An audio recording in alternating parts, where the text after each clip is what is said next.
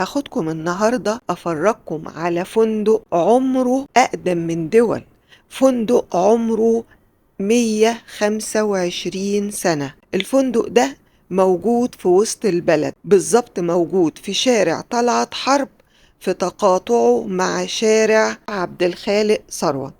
الفندق ده حصلت فيه حكاية من حوالي 52 سنة لمؤسس شركة أبل العالمية، هو ستيف جوبز، هو ووالده عبد الفتاح الجندلي. طبعا كلنا فوجئنا ان والد ستيف جوبز راجل عربي. خليكم بقى معايا عشان تعرفوا الحكاية كلها على بعضها، حكاية الفندق وحكاية ستيف جوبز وهو والده عبد الفتاح الجندلي. الفندق ده اسمه ناشونال اوتيل، وكان من أشهر 3 فنادق موجودة في القاهرة، هو وفندق شيبرد وفندق سافوي. والفندق ده اتبنى تقريبا ما بين سنة 1900 ل 1905 في منطقة وسط البلد، وبالظبط في شارع طلعت حرب وتقاطعه مع شارع شريف، وهو تقريبا واخد رقم 15. عايزة اقول لكم ان المكان او المبنى نفسه قديم جدا، والمبنى رفضوا ان احنا نصور فيه داخليا عشان بس محدش يدخل يقول لي في التعليقات ما دخلتيش صورتي ليه. والفندق دلوقتي فيه شقق مقفولة ومغلقة، وفيه مكاتب وشركات، مفيش حد ساكن فيه كسكن، لكن هو معظمه مكاتب وشركات. وهو ده الفندق الوحيد اللي اتبقى من ال3 فنادق اللي انا ذكرتهم، اللي هو فندق شيبرد وفندق سيفاوي.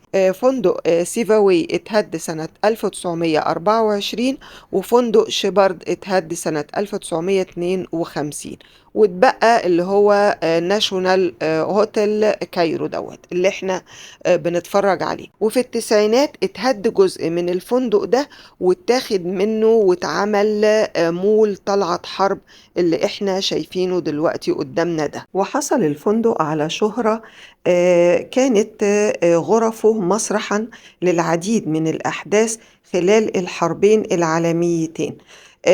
سكن فيه كثير من الجنود والضباط في ذلك الوقت، وده ساهم في نجاح وشهرة موقعه المتميز، لأن زي ما احنا قلنا هو بيقع في منطقة قلب القاهرة اللي هي وسط البلد، وفي شارع مهم جدا من شوارعها وهو شارع سليمان باشا أو طلعت حرب حاليا. عايزة أعرفكم إن في سنة 1905 كان هذا المكان فيه موجود قصر بيعود إلى عهد الخديوي إسماعيل قبل ما يمتلكه راجل أجنبي يدعى كامبو ريان، واتهدم القصر واتبنى مكانه الفندق ده. تعالوا بقى أحكي لكم حكاية عبد الفتاح جون جندلي وعلاقته بستيف جوبز، اللي هو ده يبقى أبو ستيف جوبز.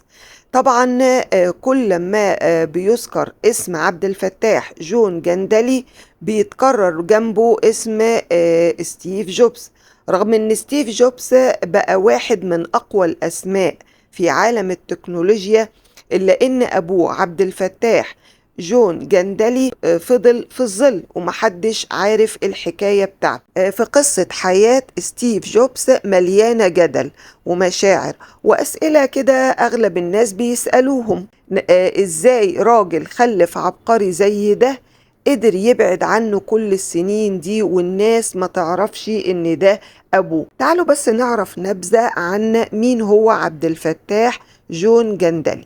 اتولد في سوريا سنة 1931، وكان من عيلة غنية، وسافر أمريكا عشان يدرس هناك علوم الاقتصاد والسياسة وإدارة الأعمال، وقابل جون شيبيل والدة ستيف جوبز البيولوجية، وعلاقتهم ما كانتش مقبولة عند عيلة شيبيل اللي هي مامته. ليه؟ بسبب الفروق الثقافية، وعشان كده تم عرض جوبز للتبني. القرار ده غير حياة الاتنين، لأن جوبز كبر مع بول وكلارا اللي وفروا له بيت دافئ، تعالوا بقى أحكي لكم حكاية النصب اللي قام بيها أبو ستيف جوبز على مجموعة من الطلبة اللي كان بيدرس لهم في جامعة بوجيت ساوند اللي كان بيدرس فيها، وكان فيها هو أستاذ العلوم السياسية. الراجل ده قرر ينظم كورسات دراسة خارج الجامعة عن مصر بعد ثورة 1952. والفكرة بتاعت الكورس دوت بتقوم على ان الطلبة هيسافروا القاهرة ويعيشوا تجربة تعليمية حقيقية، يقابلوا فيها شخصيات سياسية ويتعرفوا على أوضاع البلد في الوقت ده اللي هو سنة 1952. وكل طالب يدفع 1450 دولار مقدمة طبعا علشان السفر والإقامة. وكانت في الوقت ده الفلوس دي مش قليلة، ده كانت مبلغ. وفعلا وصلوا القاهرة ومتوقعين بقى ان هم هيعيشوا تجربة أكاديمية فريدة.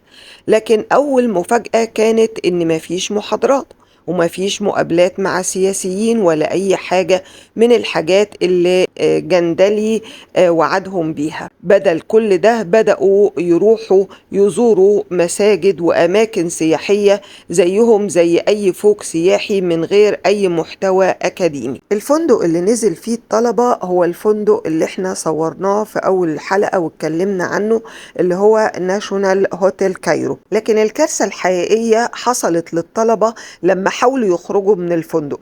اكتشفوا ان مفيش اي حسابات مدفوعة للفندق، والفندق حجز جوازات سفرهم كضمان ورفض يسيبهم يمشوا قبل ما يدفعوا الحساب، وان جون جندلي اختفى تماما.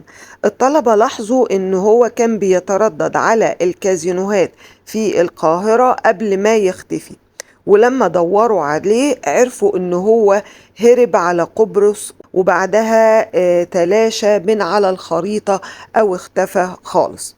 والطلبة كانوا محبوسين في مصر، مفيش فلوس، مفيش إقامة، مفيش طريقة للرجوع، فاضطروا يتصلوا بالجامعة في أمريكا اللي حاولت تتصرف لحد ما في الآخر عضو في مجلس الشيوخ الأمريكي تدخل، ووزارة الخارجية بعتت لهم فلوس عشان يقدروا يرجعوا ويحاسبوا الفندق. بعدها الجامعة أعلنت أن جون جندلي استقال وسط فضيحة كبيرة، وأن آلاف الدولارات اللي دفعها الطلبة اختفت من غير أي أثر. وآخر أخبار ظهرت ليه أنه هو ظهر في ولاية لاس فيغاس في أمريكا، والكل كان متأكد أنه هو لعب القمار بفلوس الطلبة وخسرها. والغريب أن الجامعة ما رفعتش عليه قضية رغم أن الفلوس اللي سرقها النهاردة بتساوي 64,000 دولار، وكل اللي قالوه أن التأمين غطى المصاريف الضرورية. أما جون جندلي بعدها بسنين طويلة بقى الرئيس التنفيذي لكازينو في نيفادا، وكأن النصب كان شغله الأساسي من زمان. وستيف جوبز عمره ما صرح علنا ايه اللي عارفه عن والده جون جندلي، بس اللي حصل في جامعة بوجيت ساوند كان مؤشر وسبب وجيه ان ستيف جوبز يتجنب مقابلة والده. اما بالنسبة لجون جندلي فكان ندمان على انه ما كانش جزء في حياة جوبز ابنه، ومحاولاته للتواصل معاه جت متأخرة ومحدودة. في ناس بتقول انه كان متردد يتواصل معاه احتراما لخصوصية جوبز، لكن في ناس تانية شافت انه ببساطة ما كانش مستعد يواجه غيابه عن حياة ستيف جوبز. وسط البلد من اكتر المناطق مش بس في مصر اللي مبانيها ليها تاريخ عريق، كل عمارة، كل شارع، كل قبة وراها حكاية وقصة محفورة في الزمن. يا رب تكون جولتي عجبتكم وحكايتي عجبتكم عن فندق ناشونال هوتيل كايرو. وما تنسوش ان اسرار وحكايات وسط البلد معايا انا مولي الحشاش، واشوفكم في جولات جديدة. باي باي.